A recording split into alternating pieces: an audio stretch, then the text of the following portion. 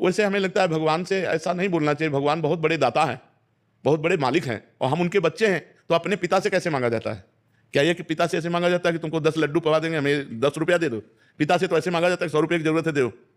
नहीं मांगा जाता, वो नहीं देंगे, नहीं देना पड़ेगा। हम किससे जाएं, कहाँ जाएं? आप हमारे पिता हो। ऐसे ही भगवान से मांगना चाहिए कि प्रभु ये समस्या है, इसका समाधान कीजिए, अब उचित हो, जैसा मंगल भवन है आप कीजिए। अब ये जो हम लोग अज्ञानवश कहते हैं कि तुम्हें 500 रुपया के भोग, लड्डू के भोग लगा देंगे तो काम करो, तो हमें लगता है सही नहीं है।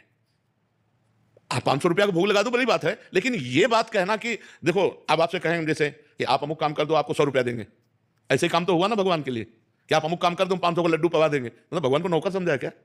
आप ये किसके लिए कहा जाता है? तो एक नौकरी हुई ना, तो भगवान के लिए क्या ये उचित है ऐसा कहना? अनंत ब्रह्मांडों का भरण पोषण कर रहे हैं, अरे उनसे सीधे मांगो कि हमारी ये समस्या, इसका समाधान करो, आपके सिवा कोई स्वामी नहीं है हमारा, आप जगत के मालिक हो। और इसके बाद भोग लगाना, ये बिना कहे भोग लगाओ, ठाकुर जी हैं, अपने प्रभु हैं, लेकिन मांगो तो पिता की तरह मांगो उनसे, जैसे पुत्र पिता से मांगता है ना, अधिकार पूर्वक कि आपको ये काम पूरा करना है प्रभु, क्योंकि आप स्वामी हो, जगत के स्वामी हो, हम आपके बच्चे समस्या में फंसे हैं।